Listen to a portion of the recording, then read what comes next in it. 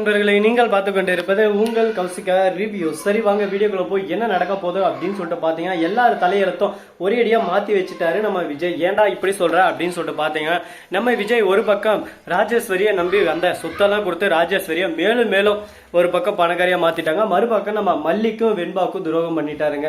ஏன்னா தனக்குன்னு ஒரு குடும்பம் இருக்கு, அவங்களையும் நம்ம பார்க்கணும், அவங்க சொல்றத நம்ம கேட்கணும் அப்படின்னு சொல்லிட்டு அதை பத்தி எதுவும் யோசிக்காம தான் அக்கா எது சொன்னாலும் அதுக்கு பூம் பூம் மாடு மாதிரி தலையாட்டி விஜய் ஒரு பக்கம் ரொம்பவே கேவலமான வேலை செஞ்சுட்டாரு.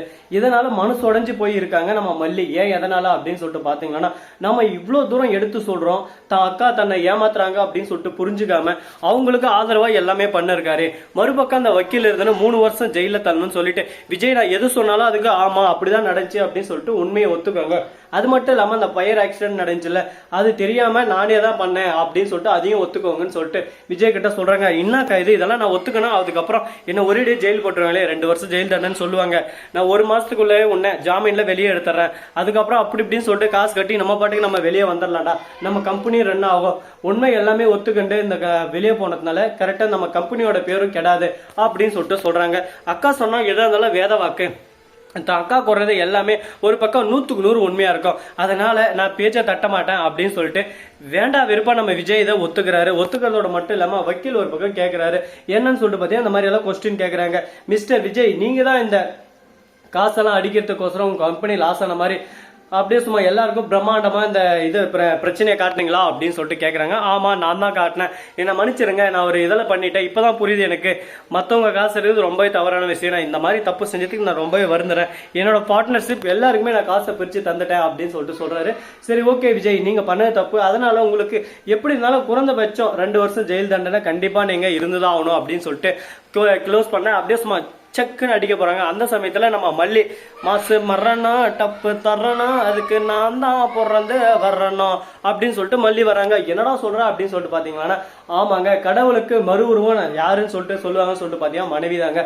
அப்படிப்பட்ட மனைவி நம்ம மல்லி மாசா வந்து விஜயை காப்பாத்துறதுக்கு வந்துட்டாருங்க. வந்ததோட மட்டும் இல்லாம விஜய் கிட்ட வந்து சொல்றாங்க, உங்களை என்ன எந்த சூழ்நிலையில எந்த நேரம் விட்டு போக மாட்டேன் அப்படின்னு சொல்லிட்டு நம்ம விஜய் யோசனை இருந்தாரு. என்னடா இது, மல்லி நம்மளை தேடி வரவே இல்லையே, நம்ம மேல கோவத்துல இருக்காரா, நம்ம அக்காவுக்கு எழுதி வச்சது அவளுக்கு பிடிக்கலையா அப்படின்னு சொல்லிட்டு விஜய் தீவிரமா யோசனை இருக்காங்க. உடனே நம்ம ராஜேஸ்வரியோட மறுமுகத்தை நம்ம விஜய்க்கு அப்படியே சும்மா ஸ்கிரீன் பிளேல வீடியோ போட்டு காட்டுறாங்க நம்ம மல்லி. அதை பார்த்த பின்னாடி தான் விஜய்க்கு எல்லாமே புரிய வருது. தான் அக்கா தன்னை ஏமாத்திட்டாங்களா, ஏன் என் அக்கா இந்த மாதிரி பண்ணாங்க, அவங்களுக்கு கொஞ்சம் கூட மனசாட்சின்றதே இல்லையா, மனசாட்சி அடே மனசாட்சி எல்லாம் மண்ணாங்கட்டி இல்லடா. என்னை பொறுத்த வரைக்கும் காசு பணம் துட்டு மணி மணி அதுக்காக எந்த எல்லைக்கும் வேகம் போவேன், என்ன வேணாலும் செய்வேன். உங்ககிட்ட எனக்கு காசு தேவை இருந்துச்சு, அதுக்காக நான் இந்த மாதிரி பண்ணேன், மற்றபடி எனக்கு தம்பி அண்ணன் அலட்டு லொசுக்கு இந்த மாதிரி எந்த ஒரு சென்டிமெண்ட்டும் இல்லடா அப்படின்னு சொல்லிட்டு விஜய் மூஞ்சில் வச்ச மாதிரி நம்ம வீடியோவில் பேசியிருக்காங்க நம்ம ராஜேஸ்வரி.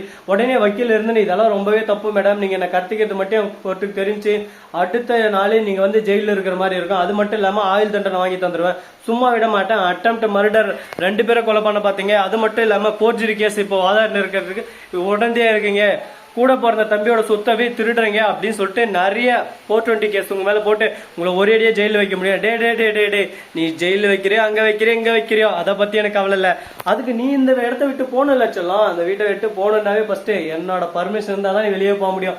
இங்கேயும் உன்னை கரைச்சி கடையில் அப்படியே சும்மா தண்ணிகளோட தண்ணியை கலந்து மீனுக்கு உரமா போட்டுருவேன், என்ன பண்ணுவேன், என்ன பண்ண முடியும் உன்னால, என்கிட்ட இப்ப காசு இருக்குடா ராஜேஸ்வரி, சாதா ராஜேஸ்வரி இல்ல, லட்சாதிபதி ராஜேஸ்வரி, கோடீஸ்வரி ராஜேஸ்வரி, இனிமே என்கிட்ட மோதணும்னா கொஞ்சம் டைம் எடுத்து பொறுமையா பார்த்து பக்குவமா மோதணும், இல்லைன்னா எல்லாரையும் அப்படியே சும்மா மெண்டு முழுங்கிட்டு துப்பிட்டு போயிட்டு இருந்துருவேன் ஜாக்கிரதை அப்படின்னு சொல்லிட்டு நம்ம ராஜேஸ்வரி சொல்லிருக்காங்க. என்னமா ராஜேஸ்வரி கொஞ்சம் நெஞ்சம் சொல்லலாம், நீ என்னமா பர்ஃபார்மன்ஸா அப்படியே சும்மா அடிச்சு உரியமா, என்னமா ஒன்னும் முடியலையாமா அப்படின்ற மாதிரி தான் போயின்னு இருக்கு. நடப்பதெல்லாம் நன்மைக்கு, கடவுள் இருக்கா குமாரே, கடவுள் மேல பாரத்தை போட்டு நாம நம்ம வழியில ஜோனு போயிட்டு இருந்தா எல்லாமே நல்லதே நடக்கும் அப்படின்னு சொல்லிட்டு நாம ஒரு பக்கம் நினைச்சுட்டு இருக்கோம். ஆனா அப்படி நடக்கும் இப்படி நடக்கும்னு சொல்லிட்டு யாரை பார்த்து எதை பார்த்து வேஸ்ட்டுங்க, நம்ம வாழ்க்கை நாம தான் அடிச்சாடணும், கபிலா இறங்கி ஆடு அப்படின்ற மாதிரி நம்ம இறங்கி ஆடி ஆகணும். நம்ம மல்லி இறங்கி ஆடிட்டாங்க, இதுக்கு மேல ஆட்டமே இல்லை, ஒரே அடியா ஓட்டம் தான் நம்ம ராஜேஸ்வரிக்கு. ஓடுறா ஓடுறா ஓடுறா, எவ்வளவு தூரம் ஓடுறா வாழ்க்கையில நிக்காத தூரவேனே ஓடு, இல்லைன்னா நான் ஒரே அடியா பிடிச்சி ஒன்று அப்படியே சும்மா வெய்வேன்னு வச்சு விட்டுருவேன். நம்ம விஜய் கொல்ல வெறியில இருக்கான், அவனை கொல்லாம் விட மாட்டான் அப்படின்ற டைலாக் ஏற்ற மாதிரி நம்ம ராஜேஸ்வரி பாக்குறாங்க.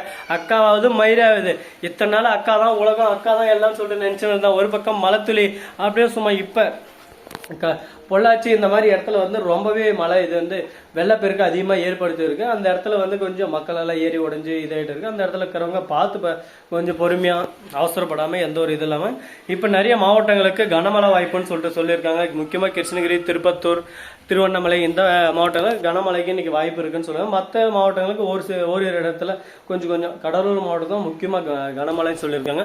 அந்த இடத்துல இருக்கிறவங்க எல்லாம் பார்த்து பத்திரமா இருங்க. அந்த இடத்துல இருக்கிறவங்க இப்போது உங்க இடத்துல எப்படி மழை பெஞ்சிட்டு இருக்கு எல்லாமே ஓகேவா அப்படின்றத மறக்காம கமெண்ட் செக்ஷன் சொல்லிட்டு போங்க.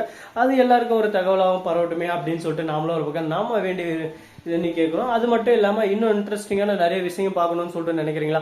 அதுக்கு நீங்கள் பண்ண வேண்டியது ஒன்றுமே இல்லைங்க. நம்ம சேனலை சப்ஸ்கிரைப் பண்ண நண்பர்கள் சப்ஸ்கிரைப் பண்ணுங்க, லைக் பண்ணுங்க, ஷேர் பண்ணுங்க, டிங் பெல்ல தட்டி விட்டு போங்க. அப்பதான் நாம போடுற அடுத்தடுத்த வீடியோ உங்களுக்கு உடனுக்குடன் நோட்டிஃபிகேஷன்ல வந்து கொண்டே இருக்கும்.